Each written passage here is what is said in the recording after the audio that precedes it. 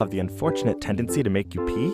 Well, aside from the fact that you may have been binge drinking both of these substances, hopefully not at the same time, there are actually some simple biological processes at work when nature decides to call. Your pituitary gland, which resides at the base of the brain, controls the release of a hormone known as antidiuretic hormone, or ADH for short. ADH is secreted by the pituitary gland, enters the bloodstream, and is then carried to the kidney. The kidney, among other things, is responsible for monitoring how much water is in your body and whether or not you can afford to get rid of it. In times of dehydration, this ADH is responsible for retaining water in your body by inducing the production of aquaporins in the kidney. Aquaporins are proteins embedded in the kidney cell membrane that regulate the flow of water, in this case allowing water to be reabsorbed back into the body. So with less water, you get more ADH, which means greater production of aquaporins and more water reabsorbed. So instead of letting you pee it out, you keep it in.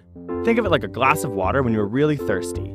The aquaporins act like a straw and allow for the water to flow back into your body. More straws equals more water reabsorbed. So what does ADH have to do with caffeine or alcohol?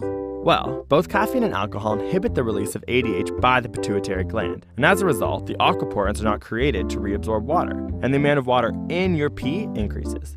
This explains why once you've had your morning coffee or at least a couple beers on the patio, a pee break is usually soon to follow. In the case of alcohol, this inhibition of ADH unfortunately contributes to something known as a damn hangover. This also explains why urine can seem clear during consumption and look like Tropicana orange juice the next morning. Are you sure you want coffee, Frank? That's better.